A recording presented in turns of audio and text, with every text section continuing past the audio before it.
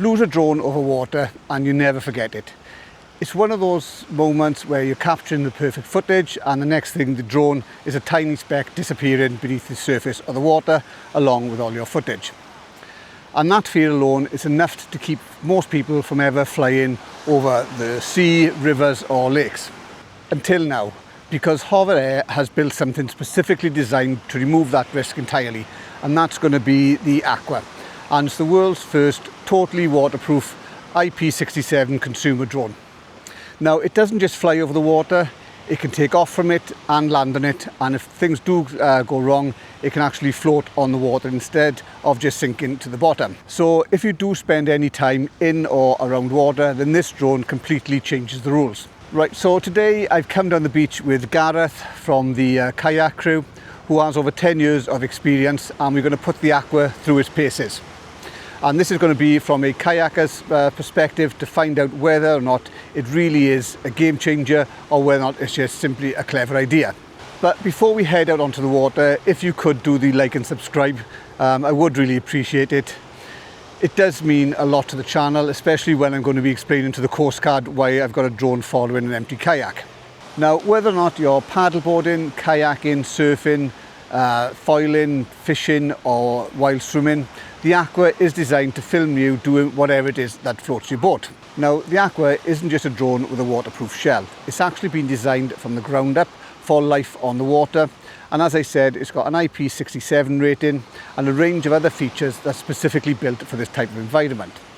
But before I go any further, I don't want you to think this drone is for everyone, because it's not, and I'll explain that why a little later in the video. But if you've ever been out on the water and thought, I wish there was someone there to film me, then you're exactly the sort of person that this drone has been designed for.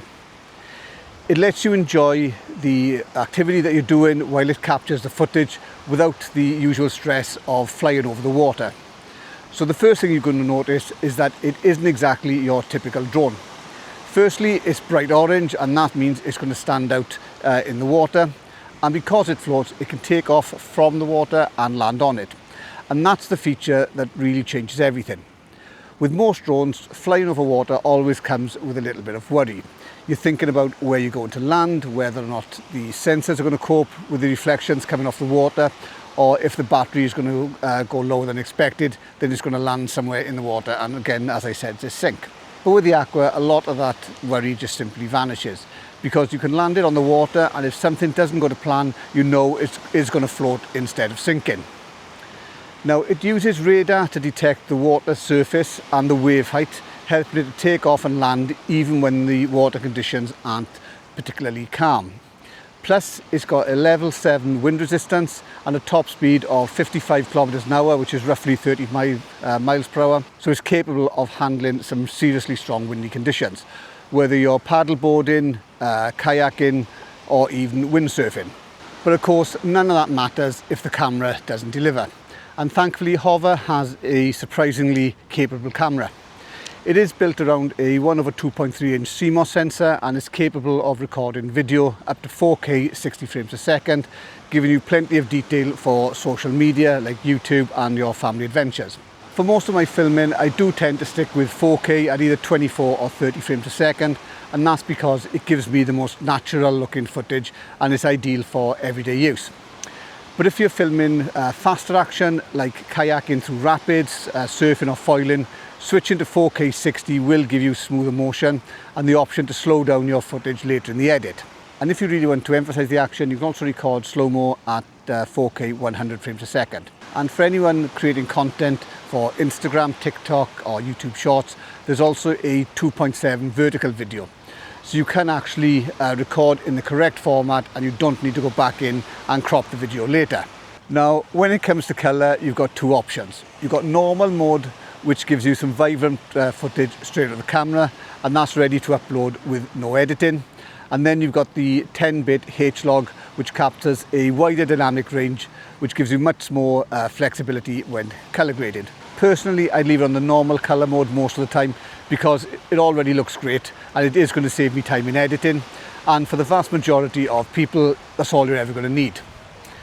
The photography aspect again is fairly straightforward. It does capture photos at 12 megapixels, both in JPEG or RAW, producing bright punchy images that are perfect for sharing online or keeping for memories of your day out.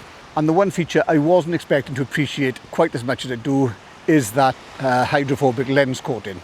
Because when you're out constantly filming on water and you take it off on landing, small water droplets can ruin a shot quite quickly.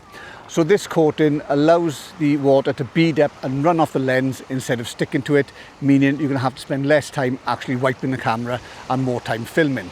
Now it also features an anti-fog system which helps prevent the lens from missing up when you're moving between different temperatures and spending a long time out on the water. Now for me though, the real difference and the standout feature isn't actually the camera, it's the Lighthouse. And that's because it completely transforms how you use the drone and how you control it. So the Lighthouse is a waterproof controller that straps to the upper part of your arm. And that means it's always going to be within reach when you need it and you don't have to keep trying to grab for your phone. And from the Lighthouse, you can control everything to do with the drone. You can take off, stop, start recording, switch flight modes, trigger return to home and land. But at the moment, you do need to actually land the drone before changing some of the flight modes, although I think that's something that Hover are going to address in the future with a firmware update. One feature I really like is the ability to fine-tune how the drone actually tracks you. You can adjust the tracking distance, the flight height, and on the drone you can also position where you are within the frame. So you're not always stuck dead center on the image. Another smart feature it's got is the virtual tether. And this is a sort of invisible line that goes between you and the drone. Meaning if the drone moves beyond the distance you've set, it's automatically going to return back within that distance range. And this is especially useful for when you're on the water and where the wind, the wave or the current can easily push you or the drone out of position. And then there's turtle mode. And if the drone flops upside down in the water, turtle mode is going to automatically right it so you can take off easily. And again, instead of having to swim out to the drone and recover it, it's all done automatically. But you do need to make sure that you enable turtle mode in the settings before you take off, otherwise it's not going to activate when you actually need it. Now you also want the Aqua to be easy to fly, and as a result the Aqua comes with over 10 different flight modes, and I think they're probably easiest to understand if they are grouped together by purpose. So the tracking modes are probably the ones you're going to use most often when you are actually out moving. So follow keeps the drone locked onto you while you concentrate on your activity. Orbit means that the drone is going to circle around you, again continuing to track your movement. Then you've got angle track, which follows you from a fixed side angle for more controlled filming. Dolly track, which smoothly tracks you in front, and that's going to create more cinematic movement.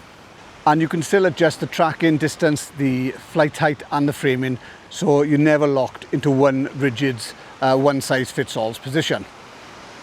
And then you're going to have the cinematic modes, and these are designed more for stylized pre-planned camera movements. Orbit follow is the first one, and this means that the drone is going to actually circle you again, but this time it's going to move with you as you go along. Zoom out pulls back to reveal more of the environment. Bird's eye is going to climb directly overhead for a top-down perspective. Spiral means that the drone is going to circle around you while gradually pulling away to do a more cinematic reveal. And then you've got Spin 360, which rotates around the subject for a fully dynamic view of the environment you're in. And the final one you got then is going to be Hover, where the drone holds position in the air for static shots or naturally unfolding scenes.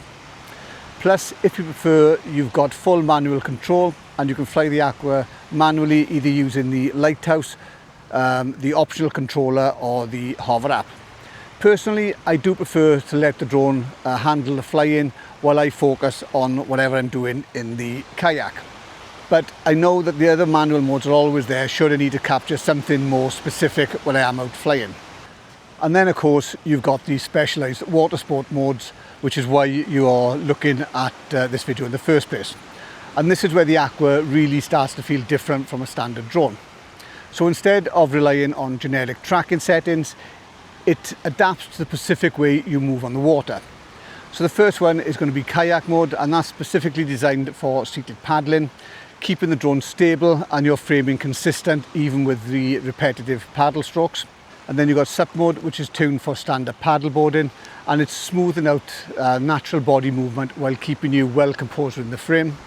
And finally, you've got the foil mode. Now the foil mode is built for speed and responsiveness, and it allows the drone to keep up with faster acceleration, tight turns, rapid changes in direction, and it's equally suited for activities like jet skiing. And what I really like about these is the fact they're not just simple presets with different names. They genuinely change how the drone behaves. So kayak mode feels calm and locked in, SUP mode feels more balanced and forgiving, and the foil mode feels more noticeably reactive. And even when these modes are enabled, you're still not restricted. As I said, with a Lighthouse, you can fine-tune the tracking, the distance, the height and the framing, giving you the convenience of automation without losing any creative control. And now that I've covered the Lighthouse, the flight modes and what makes the Aqua different, it's time to see how it actually performs in the real world. Because the features are one thing, but actually going out on the water is something that's totally different, and this is where reliability is what really matters. So, as a certified rough, tough Welshman who constantly lives life on the edge, I'm going to put it to the test, obviously with Gareth. And hopefully it's not going to turn into an operation where we're going to both end up swimming to try and recover the drone, or even worse, the kayak. So as you can probably guess, the tide keeps coming in as we're filming this, but if you do enjoy this kind of hands-on testing, please make sure to like and subscribe, or just subscribe out of curiosity for my concern and my safety. And to be honest with you, that's probably be the most accurate reason why you would subscribe anyway.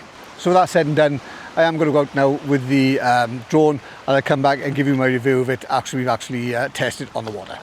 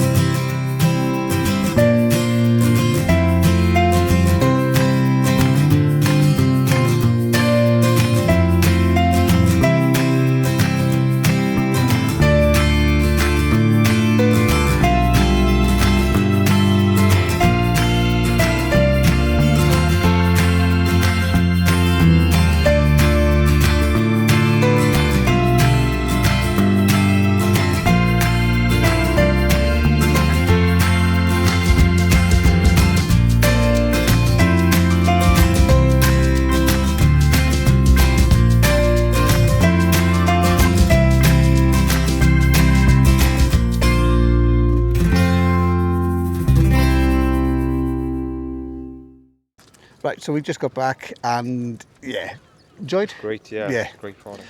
So really, after putting it through its paces, would I recommend it? And that's going to be the key question. And the answer really depends on who you are and what you're looking for. If you're looking for a general purpose drone for travel, landscape, long range cinematography, then this one probably isn't for you. There are better drones available, like the HoverAir AQUA Pro Max. But if you're a water sports enthusiast first and a drone user second, then it's an absolute yes. The Aqua makes perfect sense for paddleboarders, kayakers, surfers, sailors, anglers, wild swimmers, anyone who spends their time in or around the water and wants an easy, stress-free way to capture it. It completely removes the usual drone anxiety. There's no more worrying about finding a takeoff spot, no stressing about where you're going to land, no fear about losing the drone if something goes wrong. You simply get on with it and enjoy whatever activity you're doing while the Aqua does capture it. And that's the point. The Aqua isn't trying to be everything for everybody. It's trying to be the best drone that's based around water filming, and that's the role I generally think that this drone stands out for. In fact, I'd go as far as saying this. If you are regularly filming on the water, then this first consumer drone is the one that you really need, because it generally feels like it was designed for you rather than having a normal drone which has been adapted for you. And that's what makes it so special. So if you enjoyed the review, don't forget to do the like and subscribe and hit the notification bell so you don't miss on any future drone videos. If you'd like to support the channel, there is an option there for buy me a coffee, and that will help me make these real world video tests on drones. There's also a link for that in the description below. If you've got any questions, as I said, let me know in the comments below, and I'll catch you again on the next video. And thanks for watching, and thanks to Gareth as well for coming up with me today. Thanks very much, and bye.